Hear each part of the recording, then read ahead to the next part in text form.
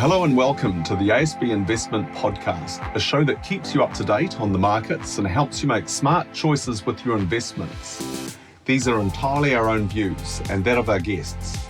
It's not investment advice, but we know plenty of experts at ASB that'll be happy to chat if you need. I'm Chris Tennent-Brown, your regular podcast host.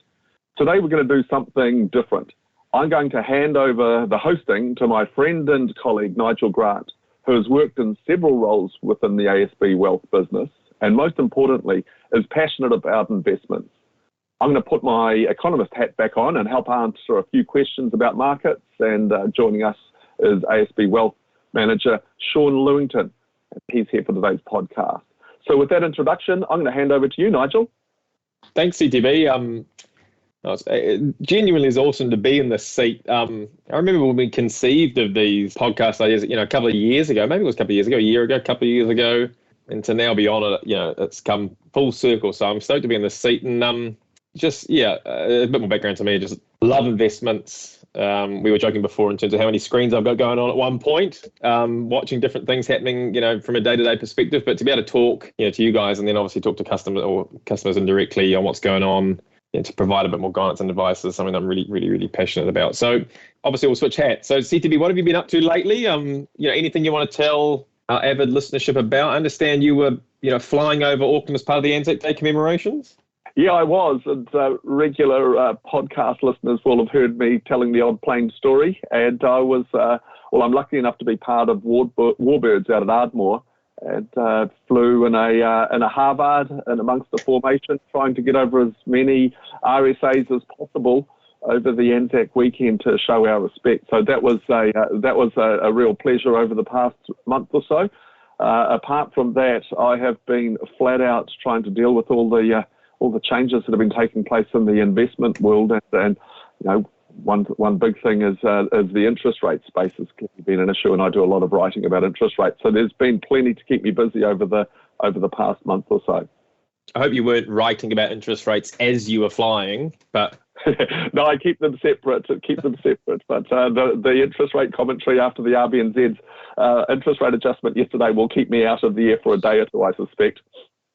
And Sean, probably we'll address you as Louis for the rest of the podcast, but it's your second time on the podcast, but first time in a while. So when was your first appearance? My first appearance was Feb 2020, just before the world went crazy. So yeah, in the booth. It's been a while, but it's great to be back. And just tell us, for those that can't remember back to February 2020, just tell us a bit more about yourself and your role with ASB. Yeah, a bit about myself. Emigrated to New Zealand 16 years ago. Now with a family, 3 children, all studying at uni and college. I joined ASB 15 years ago, next month. So it's my anniversary next month. Very much my role within ASB, got a privileged role. I'm a wealth lead. Role involves supporting customers through the wealth journey, and I look after a team of wealth managers, developing them through their wealth career with the purpose of accelerating financial progress of New Zealand. Get to meet some interesting people, as well as yourself and CTB, very interesting people. I get to understand the clients, what they're looking to achieve, give them financial planning advice to help them achieve their goals. So it's a great job, really enjoy it. And you don't fly over Auckland by chance? Is there any other sort of hobbies or, TV shows or books or anything you're up to as a bit of an insight into who you are outside of wealth managing? Little bit of insight. I do like things on streaming. I can't remember the last time I watched TV. Last 2 films I watched was Inside Man, Denzel Washington. It's quite an old movie. It's a great one. Yeah, great crime thriller. Really like that one. Watched that again. And Sixth Sense, actually, Bruce Willis in 1999. Best ending to a film I've ever seen. So if anybody's not watched that film, it's a great film and a great ending. So love that. So that's a little bit about me. Hey, well, I'll have to add in there. I saw Top Gun last night, so that's one for you if you want to travel back even further in time and remember some of the stuff we did in the 1980s. It's all there again in Top Gun Maverick. Had quite a hoot. I'm surprised they didn't ask you to be in it, CTV. I put in my application, but they just wanted someone that was better looking than me, and they obviously got Tom instead. All right, well, let's enough about us. Let's get straight into it in terms of what on earth is going on at the moment. These I've been watching markets since I was 18. So what's that? 20 years ago now. these are some of the most interesting and volatile markets that I've seen in all my time of watching graphs go up and down.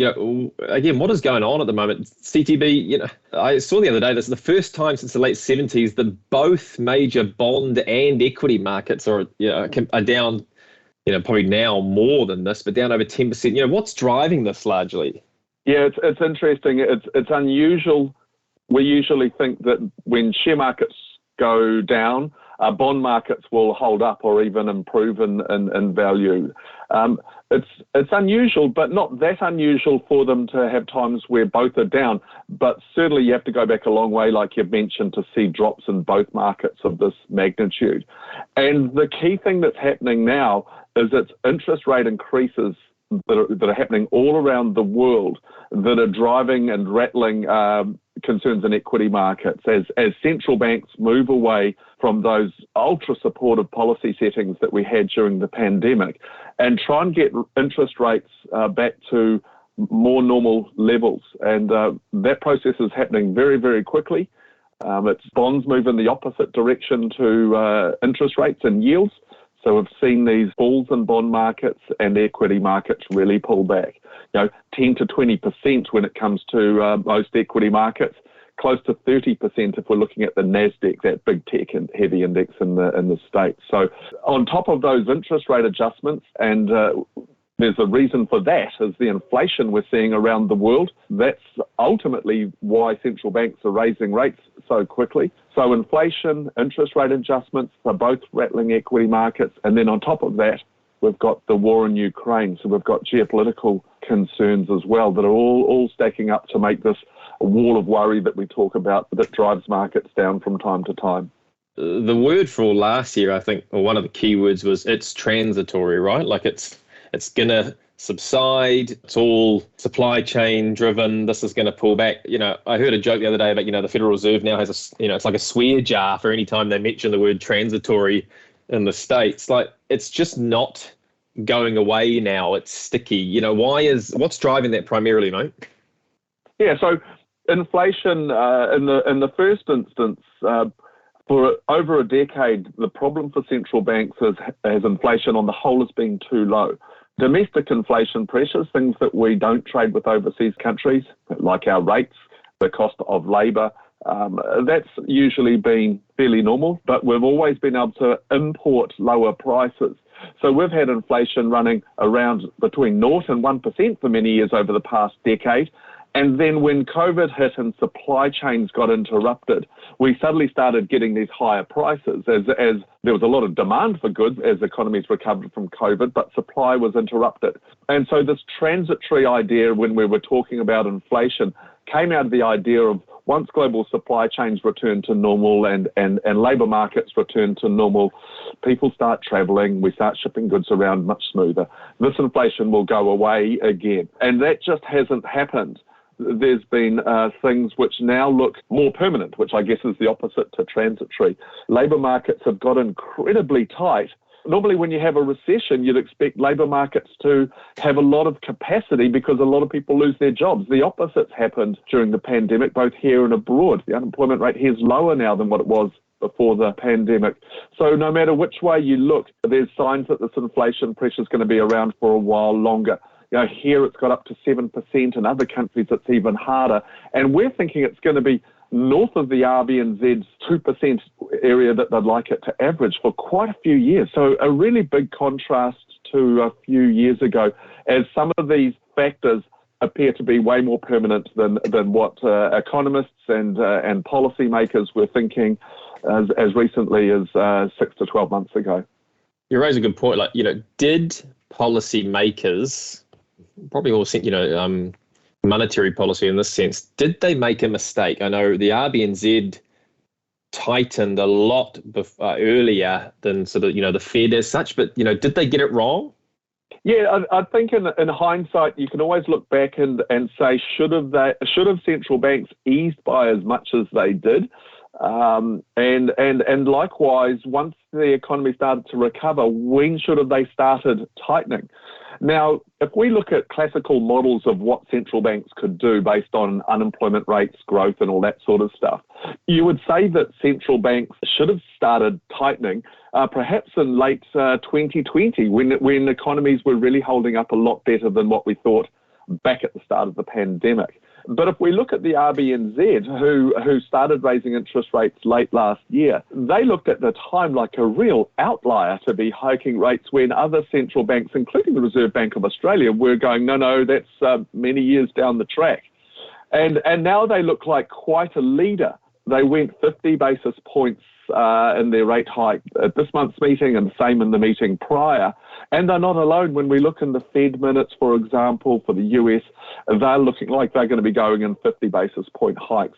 So if the Reserve Bank, I think, is on the right track, and in some ways, in hindsight, I think many central banks would wish they'd started tightening earlier so they didn't have as much work to do now and inflation didn't get as strong as what it is right now. So, but these things are always really easy to tell in hindsight, right?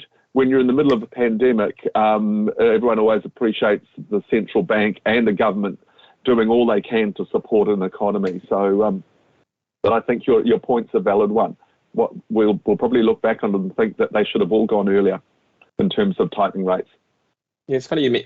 Hindsight's a wonderful thing, obviously, and a few commentators that I follow, it's always easier now, but they say this is, regarding the markets overall, this is one of the most predictable corrections, and as you say with the Nasdaq, bear markets in history, like we should have all seen this coming along. I guess to you first, then Louis, if you've got any other sort of follow-up points, do you agree that this was one of the most predictable in history or not?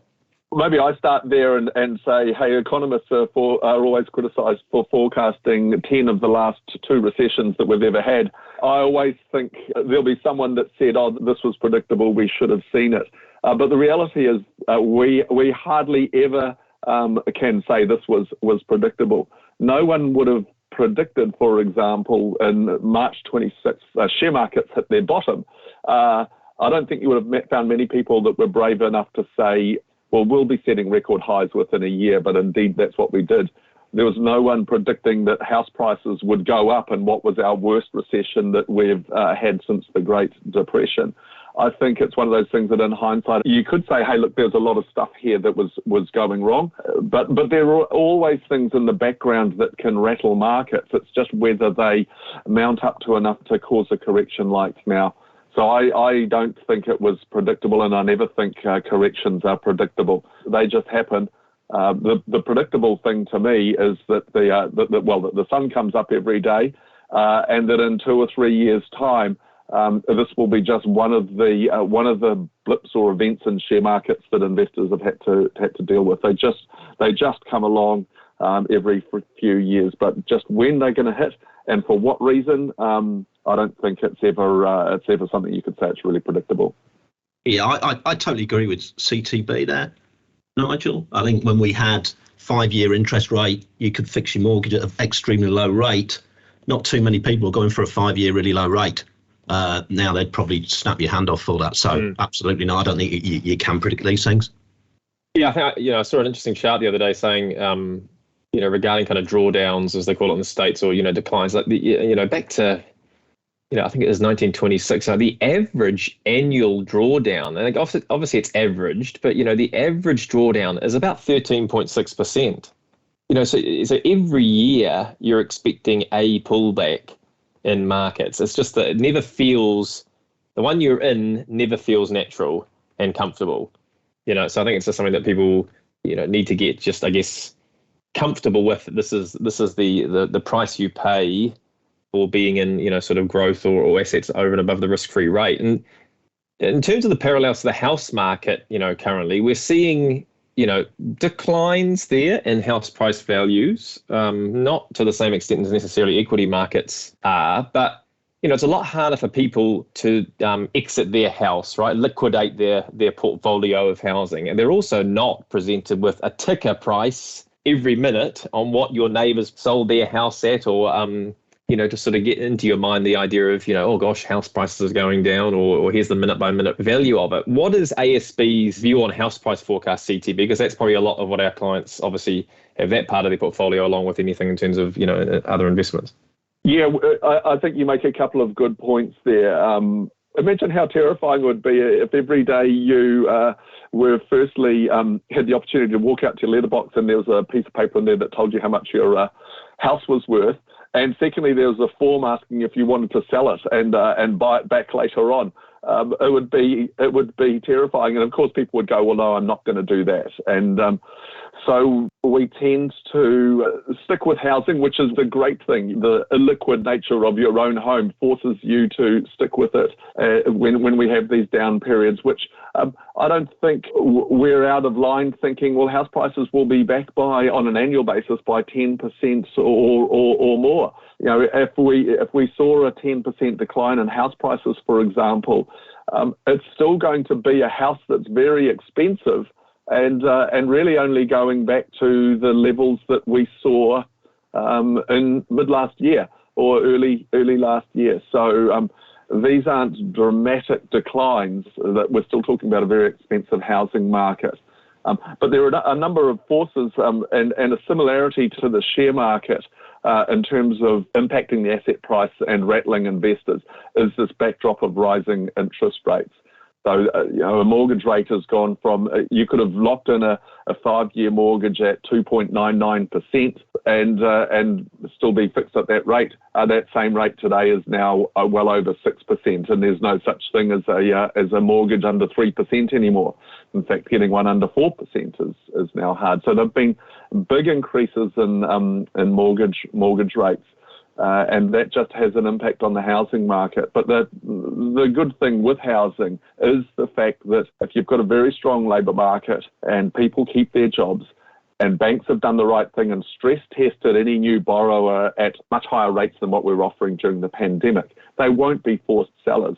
But anyone who bought a house, say, in September last year and then had to sell it today would undoubtedly be selling it into a softer housing market. And we think that softer housing market will continue over the rest of the year. One of the things I think which is interesting is as we open borders up for our labour markets, that might mean that some people start coming back, but I also think it'll mean a lot of people will choose to go overseas as well. That's what we've seen after other periods where migration has dropped away for various reasons. And that feeds into our house price view as well, that demand and supply will match up much better than what they did over recent years, and hence we've got that fairly soft outlook for house prices this year, but by no means a disaster for the housing market. And just around that point, sorry, CTB, when you say a softer view, is there a percentage you guys place on it, or is sort of just more a general comment? No, well, in terms of numbers, in terms of what we mean when we say a softer housing market, longer days to sell, less turnover, weaker prices when compared to at the very buoyant periods of the housing market late last year. So all those factors feed into that view. Yeah, and declines depends on when you measure it back to. But certainly annual declines of coming up to 10% are fairly plausible, I think. And if you're looking for any more commentary on the housing market specifically, I know that ASB, CTB and his team put out a number of reports on that, and you can fairly readily find them online just by googling sort of the ASB economics reports as well, and they're available, to anyone who wants to deep dive a little bit more into that topic. So, Louis, you're closest of the three of us to customers. We've sort of set the scene with the macro environment, what's going on. You're hearing questions that relate to those things, specific to portfolios, investments that customers hold. You've got a couple of things you're going to tell us in terms of the key things you're being asked by clients, and then we're going to enter into a bit of a discussion on those. So take it away in terms of, the 2 or 3 things that you're hearing the most frequently when sitting down with clients or on the phone. Yeah, these are the things that we're hearing, myself and the team, for the first time for a long time.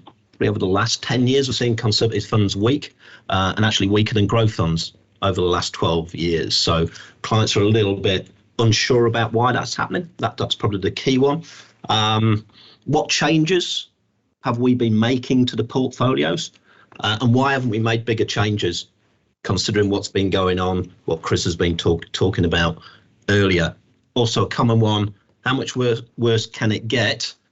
and when will it get better? So there's some of the key themes that we're seeing coming through for our day-to-day conversations. Not insignificant questions by any means. Where do you think we should start in terms of maybe the first one? Like, why, CTB, do you want to lead off in terms of, the typical conservative fund? Yeah. If you look at growth. Yeah, it's a good question. And if you look at a table of returns for something like KiwiSaver or any managed funds where you can see all the returns stacked up from conservative through to growth, you'll see the conservative funds over an annual period typically down by a lot more than the growth funds.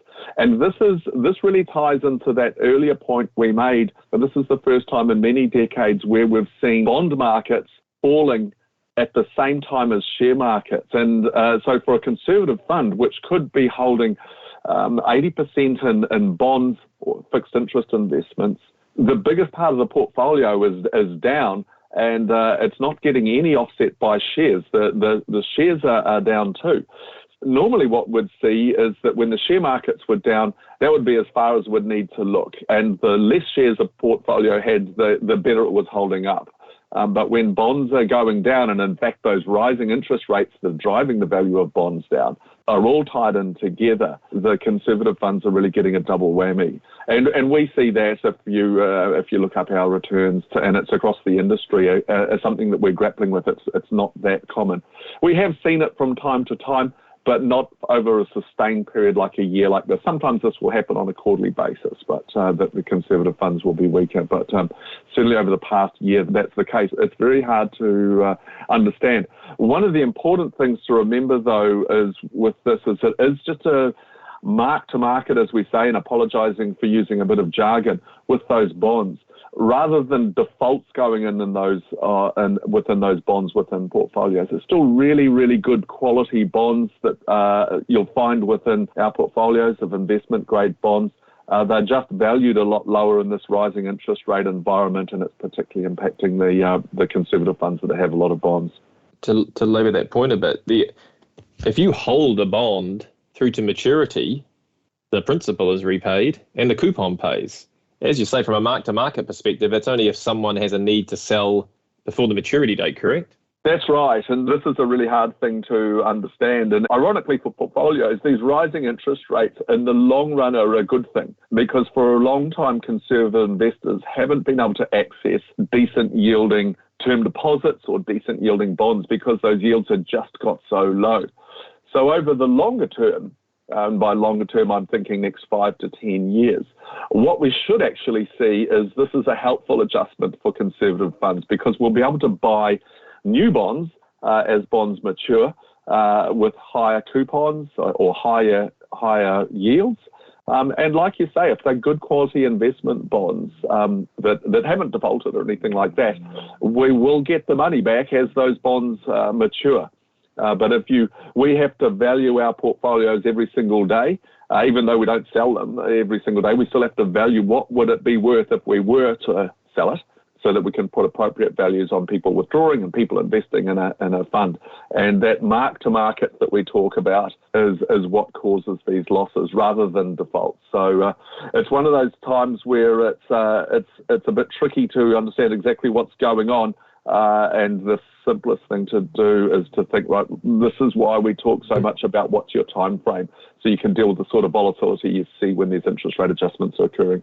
I guess let's go to that third point you mentioned, Louis, and then come back to what are you doing about it as such. Like, who wants to call a bottom right now, on the spot? How much worse can it get, and will it get better? I mean, the only thing I'd open with would be, at some point, the value on the table is too good to pass up, whether it's fixed income, equities. Just as trees don't grow to the sky, they also don't go back into the ground. They don't go to zero. So, whether Louis or TTB, in terms of your experience, it's impossible to call a bottom, but it's very easy to say it will get better. Have you got any thoughts on that? Very, very much the focus is, if you're holding quality, Microsoft, some of the larger companies that we have in the portfolio, and some quality names in New Zealand, they will come back. When? Well, can't give a specific, but as you see in history, I'm a bit more mature than most people on this podcast. We see companies coming back. We're looking at the structure, them making profits. Have they got valuable goods to sell? They will come back. Uncertainty and volatility is part of investing. Unfortunately, clients haven't seen that for a very long period of time. So people do get unnerved. Nobody likes losing money. I know we talk about the bonds and how they're priced, but people see their investments gone down. They're still holding quality goods, so they will come back. When there's good, usually what you find is when there's good news and inflation is under control, markets pick back up again. That's been what history has shown. So yeah, difficult to say when, but fundamentals are still there. CTB? Yeah, I think no one's really good at picking bottoms is true. The only thing I've ever seen that was a real thing that made me prick my ears up and go, wow, I wonder if this is a bottom, is when we see real spikes in selling. Widespread panic like we did in late March 2020. Capitulation events.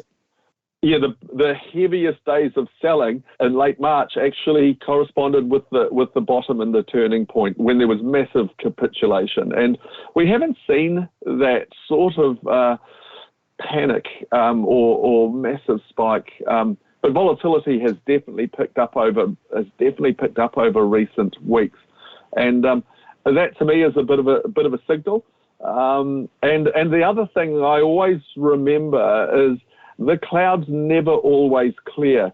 It's always quite surprising to look back over a period, and I think about this when we came out of the global financial crisis, and likewise when we came out of the worst period in March. It's not like in April 2020, we suddenly thought, oh, well, there's vaccines all out and people aren't going to be dying anymore. The pandemic got worse and worse. But there were a few signs there that governments and central banks were just going to do whatever it took to support economies, shut down borders, massive expenditure, slashing central bank rates. And at that point, you had to think, gee, this is a lot of support that economies are getting, a lot of support that's been given to households and to companies. I think we're going to get through this. And the market turned, and it turned very, very quickly, not because the pandemic was over, but there were some key signs that things were getting better. To Louis' point, I think it's hard when we see these interest rates going up like they are at the moment, but there will be a point where investors go, I think central banks have got this one, and I think governments have got it, and they're doing the right thing. And then they'll start focusing on the fact that actually underlying economic growth is pretty robust. But it won't be because every problem gets solved. And that's why I never get too fixated on where the bottom might be, but those are some things I look at. I think the other thing is for people that have got regular savings plans and a long time to invest, you have to accept that these dips are actually opportunities for you and something that you're going to endure many times between now and, say, when you retire in 20 years' time. There'll be plenty of dips. And so questions we get like, should I stop until markets turn around? Should I stop my contributions or should I switch? Generally, the answer is, well, no. If you're in the right fund and you're invested for a long term, keep doing exactly what you're doing. Don't try and time this thing. Yeah, I mean, one of the key things that I always subscribe to amongst the myriad of different sage advice I've received over the years is, the markets will turn before you're ready. They're forward looking and, they price in a lot of stuff before it's happened. So the market is a summation of everyone's thoughts. Prices will reflect that well before the actual kind of, the news is released as such. So, and to that last point, Louis, in terms of what you're being asked, what changes are you making? What are you doing about it? On the 5th of April, we produced a blog that's a really good summary of those changes we're making in collaboration with our investment partner, BlackRock. So we can, send that blog out. We probably already have to customers, but it's live on the ASB website now. Louis, is there anything, then CTB, we want to add there in terms of building on what the blog is saying about, the introduction of some different asset classes? But before you do that, the overarching thing is these are well-diversified funds that are built for all weather, correct? Correct, yes. We bought in, look at inflation, we've bought in gold as an inflation hedge. It's got really favourable characteristics against inflation. We're not going to react to what's going on short term. We saw that I came here, started the GFC. Lots of people were saying, why haven't we got debentures in our portfolios? They give better returns. That was a trade-off from very, very secure assets in bonds to something that we all found out were unsecured assets. So if we make the changes, it's for a longer term outcome and protect capital. So I spoke to a customer recently. I was reviewing their conservative portfolio, and they were talking about people, should I have cryptocurrency in my portfolio because my bonds have gone down? So we've always got to link it back to the values, why people invested in the first place, and what the philosophy around quality will always come good over that period of time. But we've also bought in inflation-linked bonds, again, to give us a hedge against inflation over that longer period of time. So we are making changes. We're not making wholesale changes because the fundamentals are still there. But yes, we're making changes if we feel the longer-term outcome is going to be positive. CTB, anything to add on that? Yeah, I think one of the things I've had is, in terms of a general experience, not just working at ASB, but for other funds management businesses over the years, is people are always surprised that we don't make bigger changes, and we don't make changes, when there's things that are obvious, like interest rates that are rising at the moment. So why don't you get out of bonds altogether while this is going on, and then get back into them later on? And the reality is that fund managers just don't do that. This is why we spend so much time saying, are you a 5-year investor, a 10-year investor, or a 20-year investor? Because simply we don't have the perfect foresight to go, this asset class is going to be lousy for the next 6 months, so let's get completely out of it. But on this day, it's going to be good, so let's get back into it then. Markets just don't work like that. They're diversified assets that are designed to complement each other over the long time.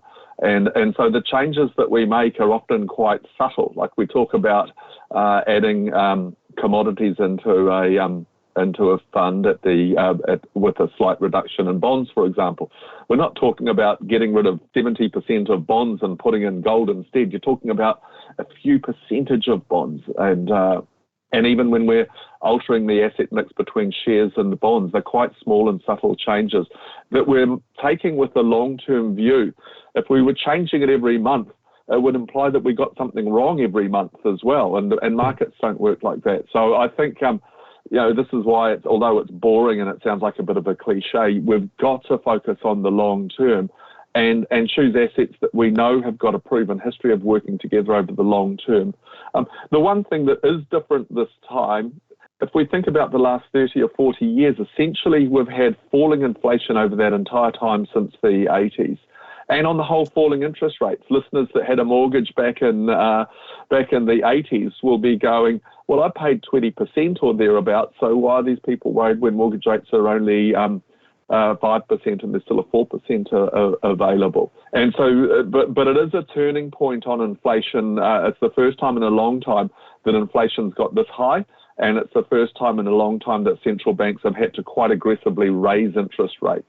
And so that's challenging for investors to deal with, but it doesn't change the fundamentals of what we're trying to do to construct portfolios that will stand the test of time over the next 5, 10, 20 years. Let's go to our final quick segment in terms of, we've talked about what's on clients' minds. What are some things to remember during periods like this, which we know keep coming round, right? We just can't avoid them. This is what markets do. Human beings get over exuberant, and then they get a little bit too despondent. That's what powers markets, as well as underlying earnings and things like that, and economic reasons. But CTB, maybe first, in terms of key things that you keep top of mind during periods like this, that maybe our listeners can hear you talk on and then take and apply to their own investment mindset. Yeah, I think that time frame thing's important, and the ramifications of making major changes, and particularly people that go, I'm just going to switch to cash. We've talked about how that can feel good in the short term, but you've then got the very hard decision of, well, what do I do now? Are you going to be happy with term deposit rates going forward at a time when inflation's quite high, or when are you going to get back in? So we really try and get people to focus on their goals and timeframes at times like this, even though it's uncomfortable for us all. So I think that's the main thing to remember, is that there's big ramifications of making changes if your goals haven't changed and you've still got a long time to run in your investment time horizon.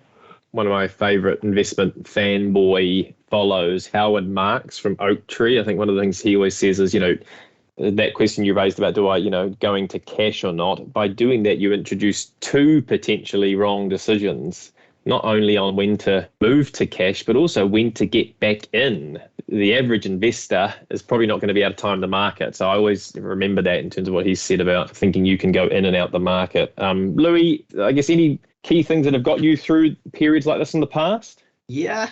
I started in the industry before Twitter and social media. I think the news has a massive part to play. My sort of guidance and words would be informed, not influenced by the news. When the market falls, suddenly the front pages of the business papers are full of red bloodbaths. Doesn't help your stress or anxiety reading words like that over that period of time. They can be informative and beneficial, but shouldn't be the driving force of your decision. A well laid out plan with your goals and objectives linked to your risk tolerance will be your roadmap for the future. And it puts market declines into perspective. And if you want more value than the press and bringing it alive in your own personal situation, rely on a professional, a valued advisor who will link that into your personal goals. So yeah, absolutely stay the path, have a roadmap, have a plan, and stick to that over that period of time. One of the dominant things that we've seen in the press, just an example, has been Ukraine. It's not Ukraine that's driving the markets at the moment, really. It's the bigger deal is rising inflation. So it can distort what's happening out there. So just be careful. Don't look every day if you can help it. We like transparency here at ASB, but maybe going a little less and look at the values over that period of time. So yeah, that's what's got me through, Nigel. Yeah. I guess it's to your point. Don't feel like you have to operate in a vacuum, right? It's not just you and your balance page and the Herald front page. If you have the need to talk to someone, an advisor is critical. So whether that's someone like yourself or for any of our KiwiSaver customers, the KiwiSaver specialists who are available, you'd encourage people just to reach out, right? Oh, absolutely. You would know your personal situation in that degree. So it would encourage people to do that. Absolutely. Yeah.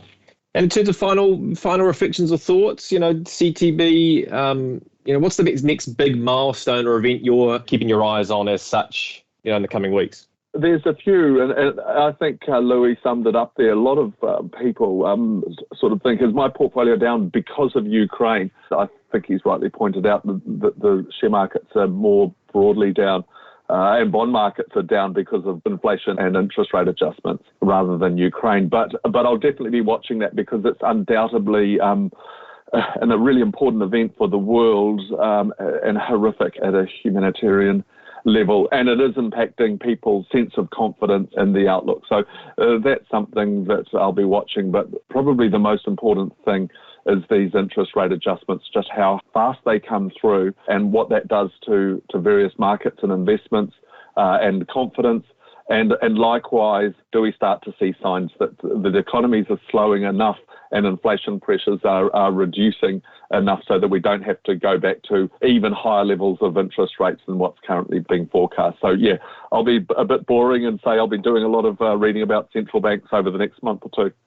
I wouldn't expect anything less, my friend. That's why we love you. And Louis, any, apart from what you've already provided, any other sage pearls of wisdom or anything you'd leave the listeners with in terms of these periods like this? Yeah, keep your eyes on the road ahead and what's coming rather than what's impacted on asset prices in the past. It's good advice when you're driving, and it's great advice when you're investing. So we absolutely recommend that investors stay focused on their longer term objectives, not on previous returns over that period of time, and seek advice. Seek advice is where we should be. Your goals should shape your decisions, That's really what it should be, not markets. So that's my bit of sage advice, Mr. Grant. Well, thank you both. It's been a pleasure. I mean, I loved hosting this first podcast. Hopefully there's many more down the road. And speaking of that, we'll have a number of interesting and exciting editions coming out down the road as well in terms of different topics. As always, if you want other, like Louis has shared today, if there's other questions that are on your mind, share that with your wealth manager, or in terms of our, podcast at asb.co.nz, we can curate and build topics like this to help you navigate periods like this. But apart from that, it's thanks from us, and we'll see you next time. Thanks for listening to the ASB Investment Podcast. If you have any thoughts on today's episode, or if there's anything you'd like us to discuss on a future show, get in touch at podcasts@asb.co.nz. If you've made it through the podcast and you're still listening, here comes the fine print. Interests in ASB KiwiSaver Scheme and ASB Investment Funds are issued by ASB Group Investments Limited, a wholly owned subsidiary of ASB Bank Limited. For more information, see the scheme's product disclosure statement available from ASB's website.